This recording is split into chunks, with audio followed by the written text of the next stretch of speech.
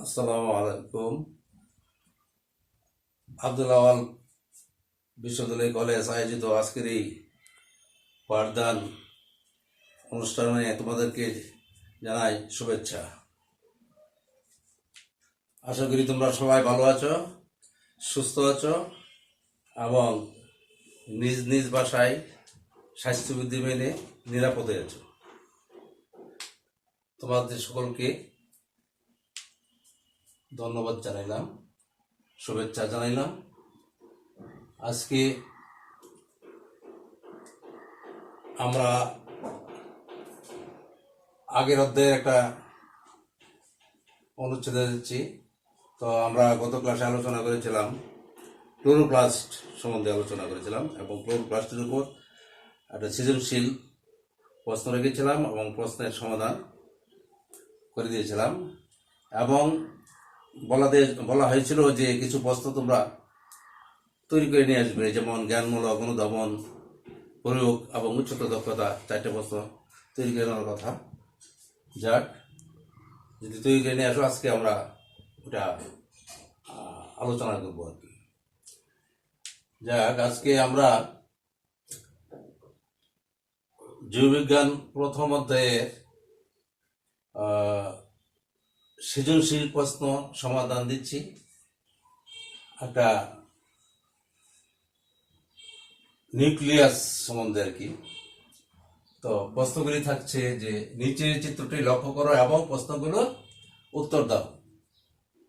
প্রশ্ন: জিন কি? ডিএনএ ও আরএনএ এর পার্থক্য দেখাও। গ, চিত্রের যে অংশটি বংশগতির দ্বারক বাহক তার ভৌত রাসায়নিক গঠন বর্ণনা করো। এবং গ, লিঙ্গ নির্ধারণে উক্ত অংশটির ভূমিকা নিজের ভাষায় বিশ্লেষণ করো। এই সৃজনশীল প্রশ্নের সমাধান ইতিমধ্যে আমি দিয়ে দেব, আমরা আলোচনা করব।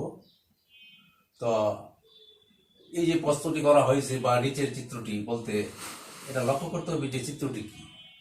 চিত্রটি আসলে দেখা যাচ্ছে যে এটা একটা নিউক্লিয়াসের চিত্র। নিউক্লিয়াস দুইটি পর্দা বা উপরের দুইটি পর্দা বায়োনেলাপ দ্বারা আবৃত এবং লক্ষ্য করা যাচ্ছে নিউক্লিয়াসের ছিদ্র। আমরা আগে আলোচনা করেছি যে একটি আদর্শ নিউক্লিয়াসকে যদি আমরা বর্ণনা করতে যাই, তাহলে নিউক্লিয়াসের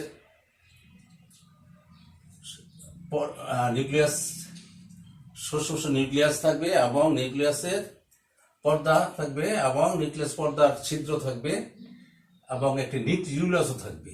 এগুলো একটা আদর্শ নিউক্লিয়াস। সুতরাং এটার উপর যে আমরা আলোচনা করি, প্রথম প্রশ্ন আসে জিন কি? জিন হলো ডিএনএ বা ডিএনএ এর অংশবিশেষ যা বংশ পরম্পরায় চরিত্র বহন করে। তো জিন একটি নির্দিষ্ট লোকাসে অবস্থান করে। কোথায়? ক্রোমোজোমের। মনে করো একটা ক্রোমোজোম, এখানে এ বি সি ডি জিন থাকতে পারে। এটা একটা নির্দিষ্ট লোকাস, এই লোকাসে জিন অবস্থান করে। সুতরাং জিনের সংজ্ঞা আমরা দিয়েছি। পরবর্তীতে আসে ডিএনএ ও আরএনএ এর পার্থক্য দেখাও। ডিএনএ আর আরএনএ আসলে ক্রোমোজোমে নিউক্লিয়াসে থাকে।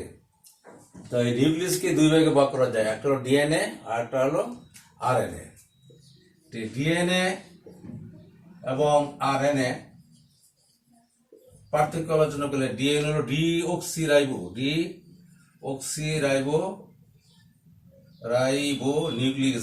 Nucleic acid. আর আরএনএ হলো রাইবোস নিউক্লিক অ্যাসিড। তো ডিঅক্সি বলতে ডিএনএ এর যে 2 নম্বর কার্বন আছে, সেই 2 নম্বর কার্বনে অক্সিজেন নাই, কিন্তু রাইবোজোমের আছে। আচ্ছা, 3 নম্বর হলো ডিঅক্সিরাইবোজ বা ডিএনএ এর দ্বিসূত্রক। আর আরএনএ এক সূত্রক। তো ডিএনএ যে ডিঅক্সিরাইবোনিউক্লিক অ্যাসিডে কি আছে, নাইট্রোজেনাস বেস আছে, এডিনিন, গুয়ানিন, থাইমিন, সাইটোসিন। কিন্তু আরএনএর যে নাইট্রোজেনাস বেস সেটা হইল এডিনিন, গুয়ানিন এবং থাইমিনের পরিবর্তন ইউরাসিল এবং সাইটোসিন। ইউরাসিল থাকে আর এটাতে থাইমিন থাকে, এই হলো পার্থক্য। ঠিক আছে, তারপরে আসে জ্ঞানমূলক এবং অনুধাবন প্রশ্নের উত্তর আমি অলরেডি সমাধান করে দিয়েছি। এরপরে গ নম্বর আসে চিত্রের যে অংশটি বংশগতি ধারক বাহক তার ভৌত ও রাসায়নিক গঠন বর্ণনা করো। চিত্রের যে অংশটি বংশগতি ধারক বাহক, অর্থাৎ আমরা লক্ষ্য করতেছি যে এই ক্রোমোজোম, এই যে প্রতিটি ক্রোমোজোম এখানে আছে, বিশেষ করে মানুষে আছে 23 জোড়া ক্রোমোজোম, অর্থাৎ 1 জোড়া সেক্স ক্রোমোজোম আর 22 জোড়া লোটোজোম। ক্রোমোজোমে কি আছে, বংশগতির ধারক বাহক। তাহলে একটা ক্রোমোজোমের চিত্র অঙ্কন পূর্বক তার ভৌত এবং রাসায়নিক গঠনগুলি বর্ণনা করবো। এটা হলো প্রয়োগমূলক প্রশ্ন, এটা 3 নাম্বার থাকবে। তো আমি আলোচনা করি।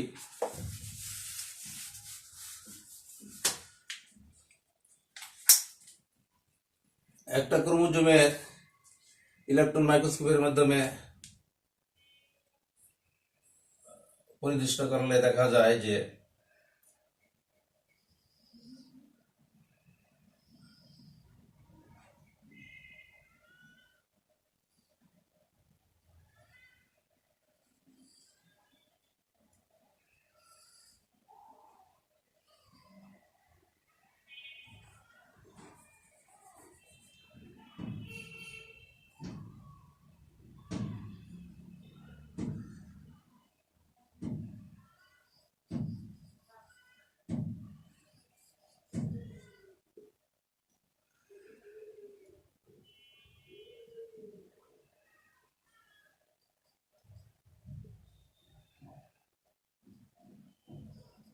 ফিগারটা অঙ্কন করছি, লক্ষ্য করো।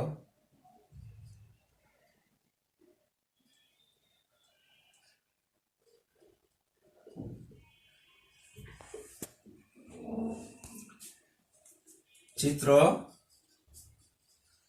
একটি আদর্শ ক্রোমোজোমের ভৌত গঠন। তো ভৌত গঠনের ক্ষেত্রে আমরা লক্ষ্য করি, প্রথমে আসে ভৌত গঠন আসে ক্রোমাটিড। ক্রোমাটিড হলো মাল্টিসিস সেল ডিভিশনের যখন একটি ক্রোমোজোম দ্বিধার বিভক্ত হয়ে 2টি অংশে ভাগ হয়ে যায়, তখন তাকে বলা হয় ক্রোমাটিড। অর্থাৎ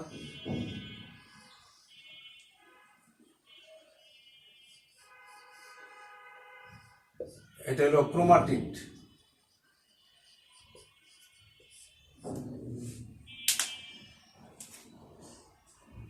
তারপর আছে ক্রোমোমিয়ার। যখন নাকি ক্রোমাটিডের গায়ে পুতির মালার মতো অংশ বিশেষ দেখা যায়, তখন তাকে বলা হয় ক্রোমোমিয়ার।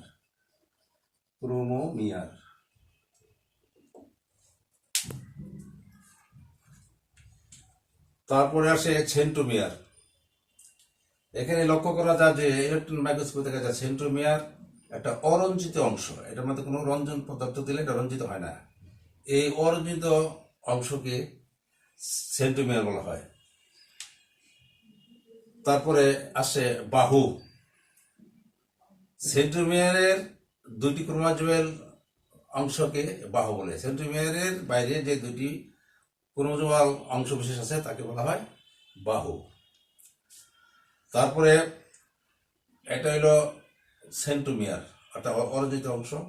এই সেন্ট্রোমিয়ার ছাড়াও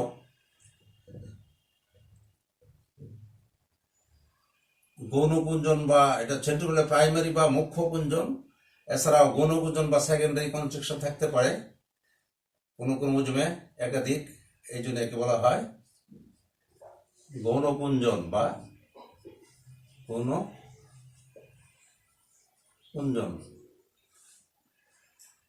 আর এটা হলো মুখ্য কুঞ্জন, মুখ্য কুঞ্জন অথবা আগে বলা হয় প্রাইমারি কনস্ট্রাকশন।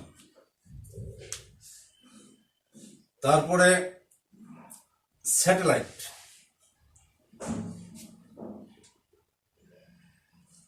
অনেক ক্ষেত্রে দেখা যায় যে গৌণকুঞ্জনের কাছাকাছি একটা ক্রোমোজোমের একটা অগ্রভাগ, বাহুর অগ্রভাগ একটা গোলাকৃতি ধারণ করে, একে বলা হয় স্যাটেলাইট, বা একে বলা হয় সেট ক্রোমোজোম, বলা হয় সেট ক্রোমোজোম, একে সেট ক্রোমোজোম বলা হয়।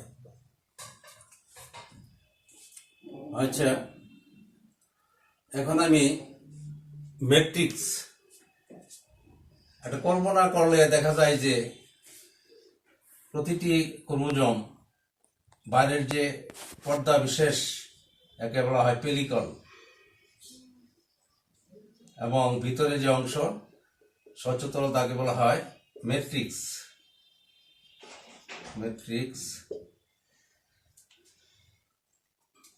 এবং ক্রোমোজোমের দুই বাহুর অগ্রপ্রান্তকে বলা হয় টেলোমিয়ার। এইভাবে আমরা আজকে আলোচনা করলাম একটি ক্রোমোজোমের ভৌত গঠন। ঠিক আছে, এখন আমরা প্রশ্নমতে আলোচনা করি উদ্দীপকের যে ভৌত ও রাসায়নিক গঠন। তাহলে এখন রাসায়নিক গঠন আলোচনা করি।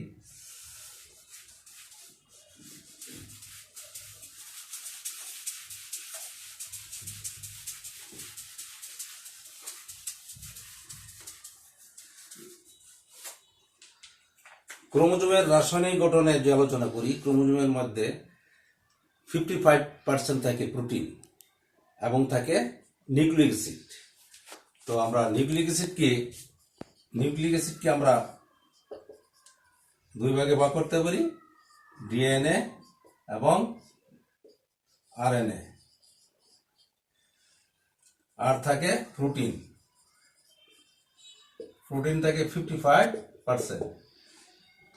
এই ক্রোমোজোমটা পুরোপুরি প্রোটিন দ্বারা গঠিত, এবং প্রোটিনের বিভিন্ন লোকাসে ডিএনএ থাকে। আচ্ছা, ডিএনএ ডিঅক্সিরাইবোনিউক্লিক অ্যাসিড এর মধ্যে থাকে কি নাইট্রোজেনাস বেস এবং ফসফেট গ্রুপ থাকে, ক্রোমোজোমে অবস্থান করে। এবং অপরদিকে আরএনএ, এক সূত্রক আরএনএ থাকে, যা ইতিমধ্যে আলোচনা করেছি, রাইবোনিউক্লিক অ্যাসিড।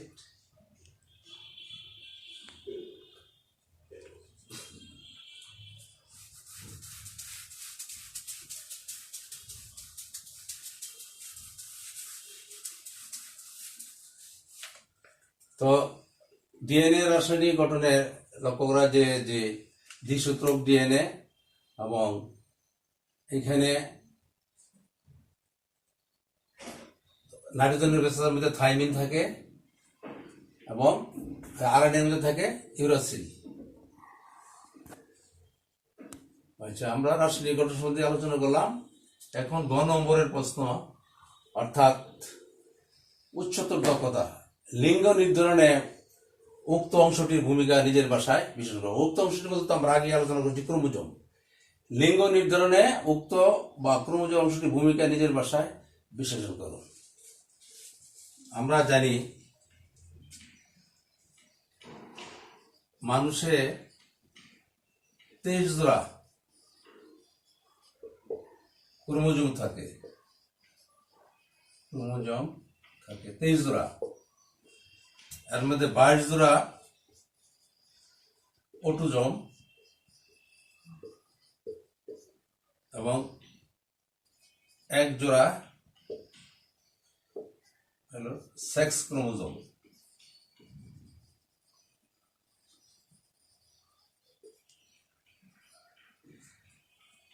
এই 22 জোড়া অটোজোম যা আছে, অর্থাৎ টোটাল মিলে 46টি হয়েছে।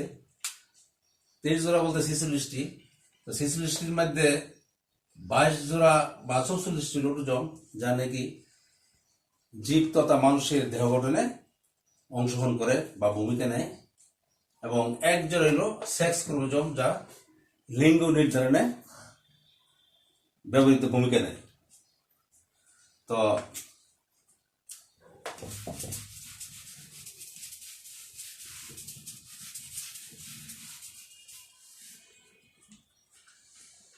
মিউসিস সেল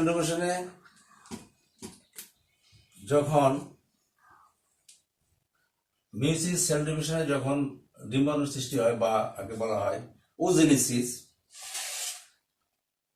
তখন প্রতিটি ডিম্বাশয়ের ডিম্বাণু অন্যান্য ক্রোমোজোম হতে এক একটি করে এক্স ক্রোমোজোম গ্রহণ করে। অপরদিকে প্রতিটি শুক্রাণু স্পারমাটোজেনেসিসের সময় অর্ধেক এক্স ও অর্ধেক ওয়াই গ্রহণ করে। এভাবে কি হয়, তারা ওজেনেসিস এবং স্পারমাটোজেনেসিস মাধ্যমে শুক্রাণু ডিম্বাণু সৃষ্টির ক্ষেত্রে সৃষ্টি হয়। যেমন এই জন্যই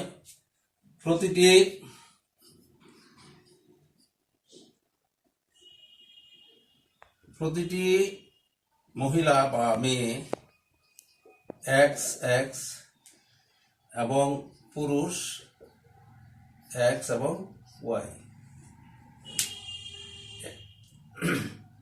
থাকে। মহিলা এক্স এক্স এবং পুরুষ এক্স ওয়াই। এই লিঙ্গ নির্ধারণের ভূমিকা নিজের ভাষায় বিশ্লেষণ করলাম। এখন এছাড়াও ক্রোমোজোমের যদি অন্যান্য প্রকার ভেদ আছে, সেই প্রকার ভেদগুলি সেন্টোমিয়ারের উপর ভিত্তি করে সেই ক্রোমোজোমের প্রকারগুলি নির্ধারণ করা হয়। মনে করেন একটা সেন্টোমিয়ার অরঞ্জিত অংশ, সেন্টোমিয়ার বাহু, এলো মেটাসেন্ট্রিক, অর্থাৎ দুইটা বাহু সমান। তারপরে আসে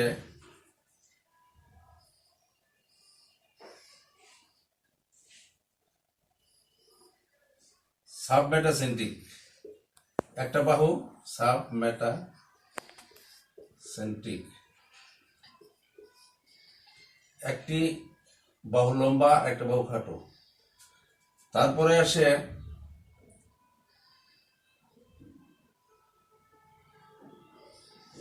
এক্রোসেন্ট্রিক, একটা বাহু লম্বা আর একটা বাহু অত্যন্ত খাটা। আর একটা আছে টেলোসেন্ট্রিক,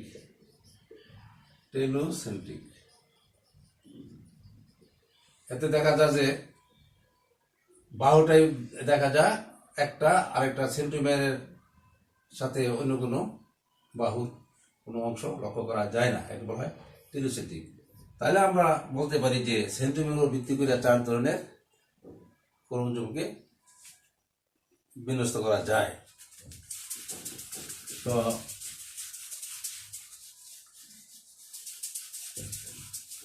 আজকের এই আলোচনায় তোমরা যে জিনিসগুলি বা সম্বন্ধে ধারণা নিয়ে এলাম, এগুলির উপর ভিত্তি করে আগামী ক্লাসেও তোমরা ওই সৃজনশীল প্রশ্ন তৈরি করবে, বিশেষ করে জ্ঞানমূলক অনুধাবনমূলক প্রশ্নগুলি তোমরা তৈরি করে আমাকে আগামী ক্লাসে দেখাবে। সুপ্রিয় শিক্ষার্থীবৃন্দ, তো তোমাদেরকে অশেষ ধন্যবাদ জানিয়ে আজকের মতো ক্লাস সমাপ্ত ঘোষণা করলাম। ইনশাল্লাহ আগামীতে তোমরা পরবর্তী অধ্যায়ের ক্লাস নিয়ে আলোচনা করব।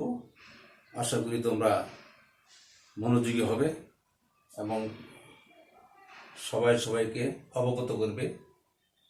আর বিশেষ করে আমি তোমাদের কাছে দুঃখিত, আমার শারীরিক অসুস্থতার দরুন আমার কয়েকটা ক্লাস আমি তোমাদেরকে করাতে পারি নাই, সেই জন্য আমি আন্তরিকভাবে দুঃখিত। সকলকে ধন্যবাদ। খুদা হাফেজ। আসসালামু আলাইকুম।